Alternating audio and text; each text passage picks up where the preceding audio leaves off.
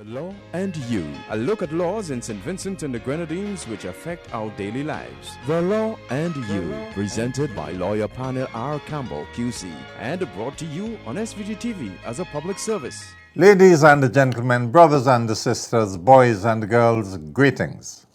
Welcome to another presentation in this public service nation-building series, The Law and You. This is program number 905, coming to you on Monday the 16th of July 2018. On this program, I will speak to you on the topic sentencing. But before getting into the topic, rather a lot of preliminaries tonight.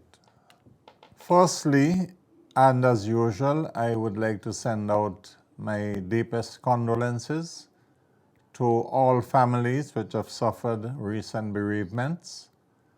And let me mention the family of the late Sister Ralph, sister of Dr. the Reverend Phyllis Ralph Brown, and to the Williams family,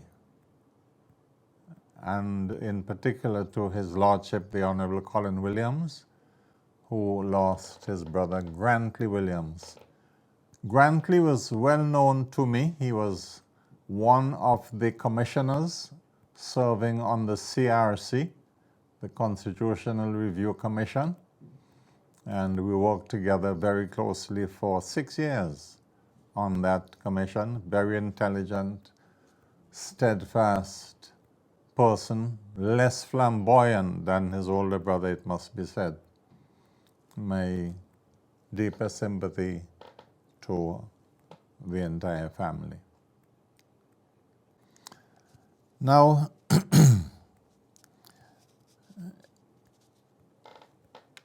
I have worn my dashiki on this program in keeping with the request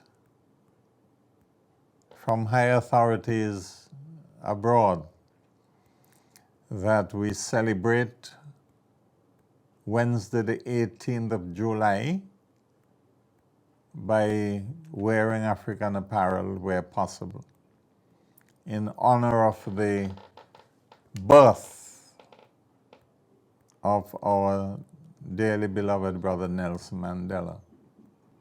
Had he lived, he would have been 100 years Wednesday this week, the 18th of July. And as most of you would know, a week of activities has been arranged to commemorate the Mandela Centennial. Two of the activities, well, one would have been completed yesterday, namely the relay and the concert.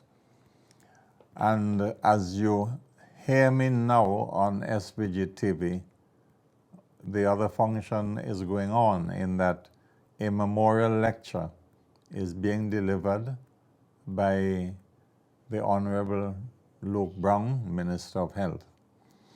The topic is renewing the Mandela legacy and promoting active citizenship in a changing world. And that would have started at 7 o'clock earlier this evening at French's house. And knowing Mr. Luke Brown, the Honorable Luke Brown, as much as I do, I am sure it would be a very scholarly presentation. And I would hope, without even knowing of its contents, and I unfortunately would not be able to be present, but I would hope that the Honorable Gentleman would see it fit to have the text of his lecture published in one of the weekly newspapers, as he does from time to time. And then on Tuesday evening, a very special occasion. There'll be radio and television interviews during the day. And on Tuesday evening at the Russell Cinema, there would be a viewing of the film Invictus for a modest contribution of $5.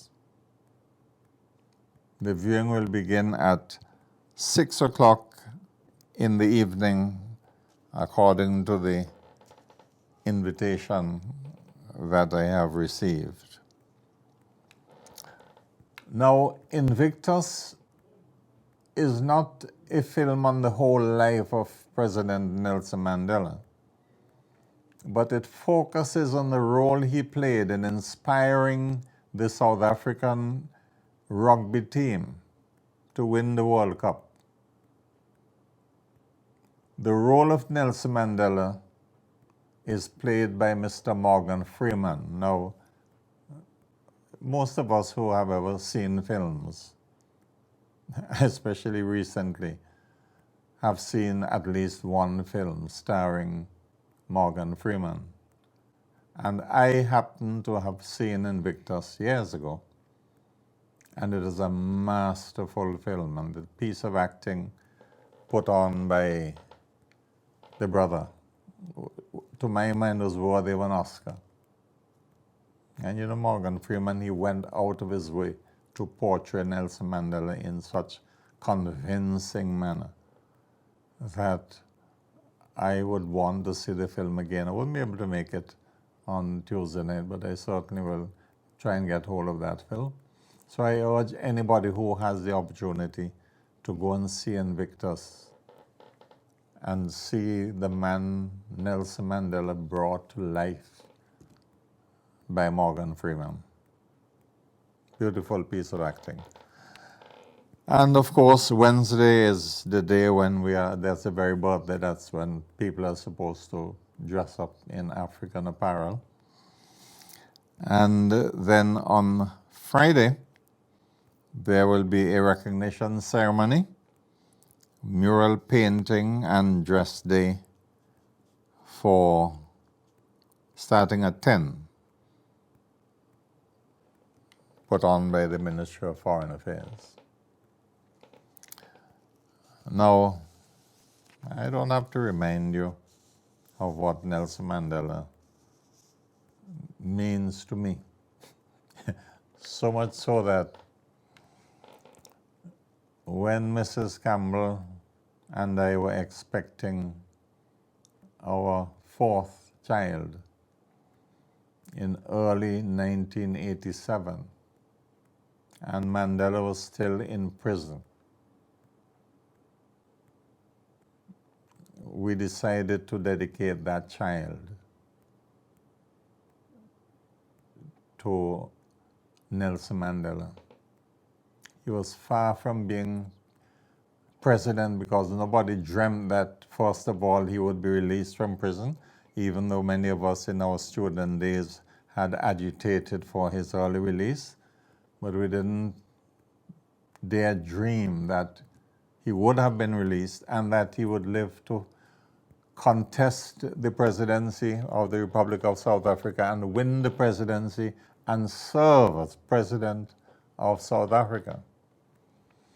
But he meant so much to me, and his role in the struggle for black liberation meant so much to me that my wife and I decided to dedicate that child to Nelson Mandela. And we said, whether boy or girl, the name would be Mandela. It so happened that the child turned out to have been a girl, and that is why you now know Miss Mandela Campbell. What we spelled, we took the liberty of changing the spelling. We feminized the word Mandela. So her Mandela is spelled M-A-N-D-E-L-L-A. And she was born in 1987, while the person after whom she was named was still serving a prison term. But you know the history, so let me not go into that. Now, next preliminary. I would like to take, and I better hurry up, I would like to take the opportunity to welcome the Court of Appeal of the Eastern and Caribbean Supreme Court to its St. Vincent and the Grenadines sitting, which commenced this morning at the courthouse in Kingstown and will continue throughout the week. It is always a pleasure to have the members of the Court of Appeal here. They only come to St. Vincent 3 times a year, and we do look forward to their visits.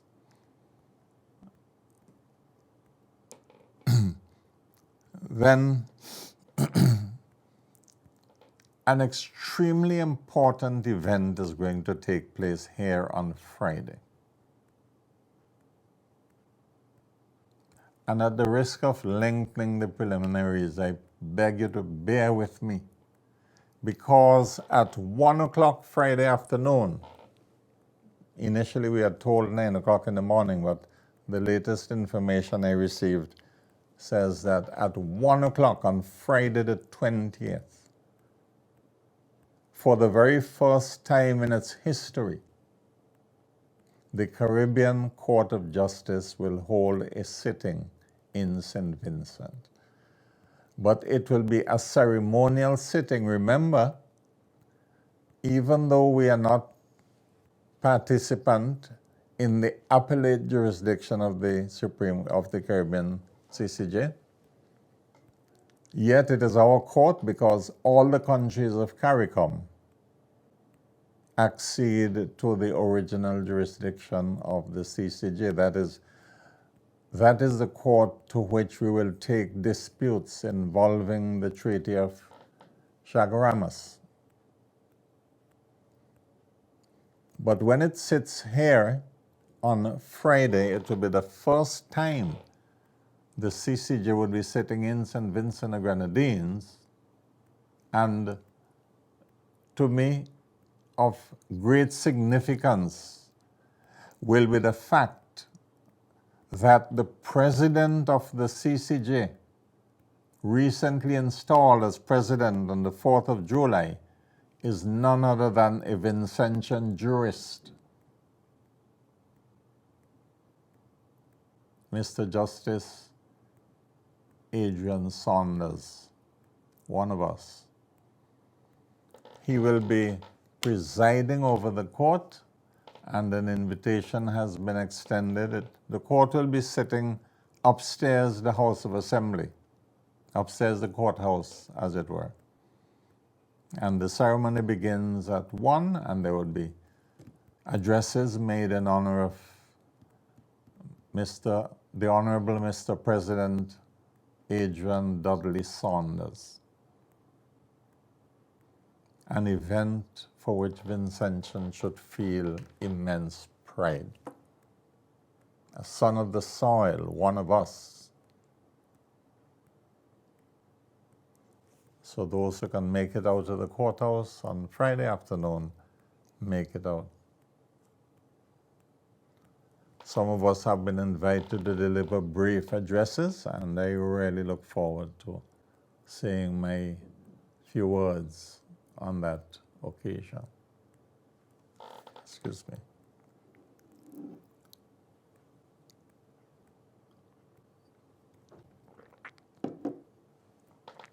Well, the program time is nearly finished, but I really must at least congratulate the nation of Russia on having staged a magnificent World Cup, and what a World Cup it has been. To those of us who follow international football, results beyond our imagination. One by one, the favorite teams fell by the wayside until it boiled down to Croatia making its first appearance in the World Cup finals, and of course, the nation of France. Well, that match was something else. 6 goals, 4 for France, 2 for Croatia. But remarkable goals, including especially the one where the French goalie made a bad blunder. Instead of clearing the ball that was passed back to him, tried to beat the Croatian forward, only to see the ball going in the back of the net. I had to laugh. But all the big names that people were expecting before, Messi, Ronaldo, this and that, Suarez, fell by the wayside. Congratulations to France and to the young team, especially Mbappe, who scored that lovely goal, and I was so glad for Pogba. because when he was purchased by Manchester United, a lot of people had to say that they wasted their money on him and he wasn't performing. He scored a spectacular goal in the World Cup final, silencing his critics. Okay, well, I probably should simply end the program here. Anyway, sentencing at long last. And we're probably exactly halfway through the program, 10 minutes left. Okay, now, sentencing is the process by which judges and the magistrates, and indeed the president of the family court, decide what punishment to impose on someone who has been found guilty of an offense against the laws or who has pleaded guilty to having committed an offense against the laws of the land. Occasionally there's a hue and cry. People would say, oh, that sentence that person got was too light for the offense of which he had been committed. You seldom hear people quarrel and saying the sentence was too heavy. But usually, what do you see? He only get 15 months for that. Now, when a presiding officer, be it a judge or a magistrate or the president of the family court, sits down to hand down a sentence, a punishment on a convicted offender, he or she doesn't scratch his or her head and say, look, I wonder how much I should give him, and then just come up and guess a figure and say, okay, I'm giving you 2 years for that, as if it's a guesswork matter. No. You see, our judicial officers at all levels are trained and they know what they're doing. Not only that, but they have to operate according to rules which have been laid down for them by their superiors. Those rules are called sentencing guidelines. So they are not free to do what they feel like when a person has been convicted and has come up for sentencing. Because over the years, those in authority have evolved certain principles which must be followed by judicial functionaries in imposing sentencing. Sometimes I'm sure a judge might feel like giving somebody a much heavier sentence than he actually does. But a judge is not guided by his emotion. He is guided by guidelines which are laid down for him to follow, him or her. So that whenever you are tempted to say, oh, so-and-so got off too light, that magistrate didn't know what he or she was doing, think again. Because for one thing, you find that the people who criticize most are those who are not in court during the trial. Therefore, people have a tendency to criticize about things they know nothing about. They were not present during the sentencing hearing. And let me come on to that topic right away, sentencing hearing. There was a time when, after a conviction for murder, judges had no choice but to impose the death penalty on the person, because it was thought that that was what the law said.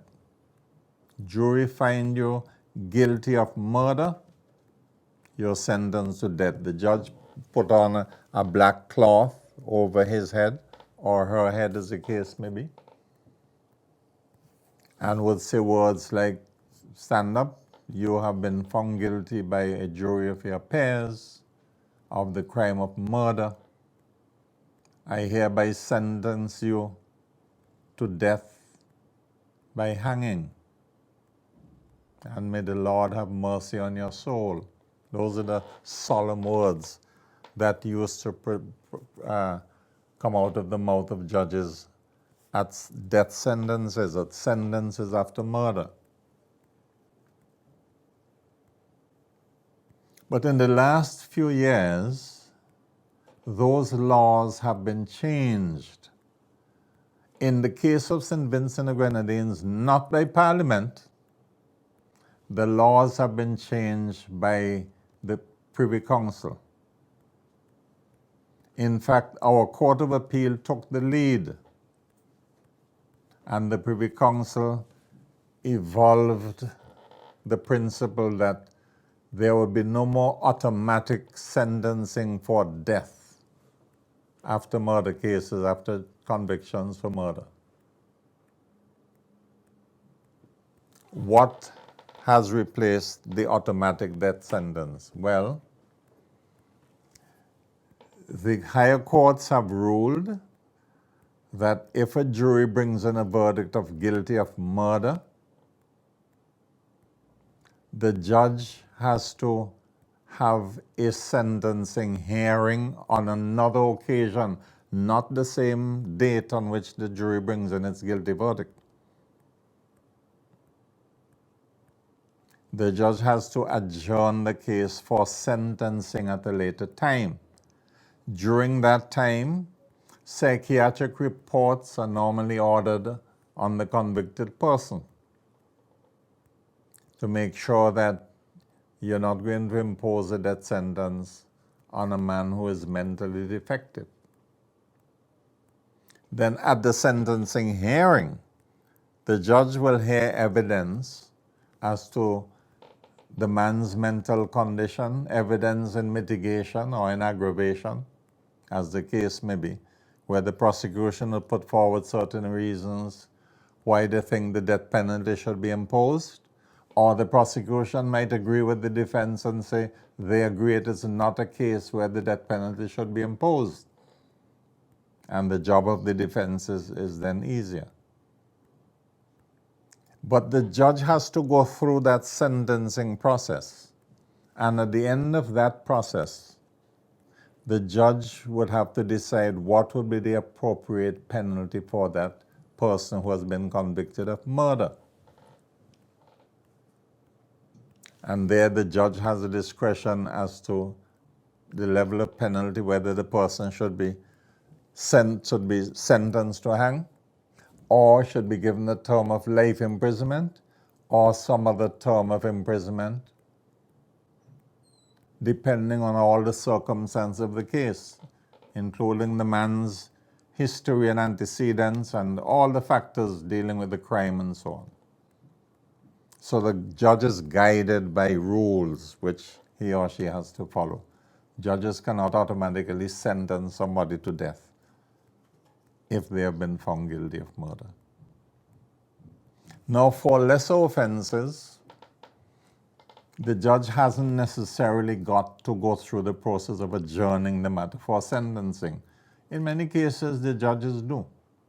And even in the magistrate's court, a person could be found guilty of an offense, and the magistrate say, look, I will adjourn sentencing for another date, and then on that date, hears evidence from prosecution and defense, and decides what to do.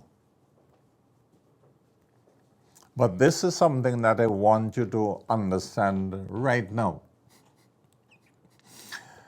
In most parts of the Commonwealth, there is the so-called 1/3 reduction rule. What does that mean? It means that in most parts of the Commonwealth, a person who pleads guilty of an offense at the earliest opportunity, that is the first time he is brought before the court, if it's an offense to which he is allowed to plead guilty, and he pleads guilty, is entitled to a reduction in the maximum sentence of 1/3. Therefore, if that offense carries a sentence of 15 years imprisonment maximum, for a guilty plea, at the first opportunity, the person is supposed to get 1/3 off, 5 years off. And then you look at other aggravating factors or mitigating factors, as the case may be. Another principle is that first-time offenders are not normally sent to jail unless the circumstances were such that warrant nothing but a custodial sentence. So a person who has never offended before and is committed for the first time would not normally be sent to prison. And if that person has pleaded guilty at the earliest opportunity in any event, he or she will get 1/3 years off the maximum for that offense. Now, these are factors which take place in a court of law. Many of these factors don't come out in the newspaper or in social media, but those are the processes that a judicial officer has to go through. He has to consider the crime that has been committed, the damage it has done to the victim and then to the wider society, and the extent to which you could have a bit of mercy on the person, the circumstances in which the person committed the offense.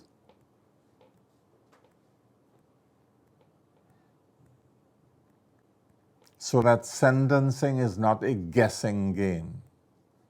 Judicial officers, and by judicial officers, I mean the judges and the magistrates and the president of the family court, are trained in the principles they should use to decide what punishment to give. Those are called sentencing guidelines. So next time you read in the paper that so-and-so got such and such a sentence, the person imposing the sentence would have taken lots of things into consideration that you may not necessarily have read about in the newspapers, okay? And of course, it remains for me to employ one and all not to commit offense, not to get yourself committed. Well, that is all from this program of the Law and You, program 905. I look forward to being a further service to you next week, DV, for another presentation in this public service nation-building series, The Law and You. Don't forget, this is Nelson Mandela's centenary week. Dress up in the African wear, dashikis and whatnot throughout the week. Okay, well, until next time, may the good Lord continue to bless us all.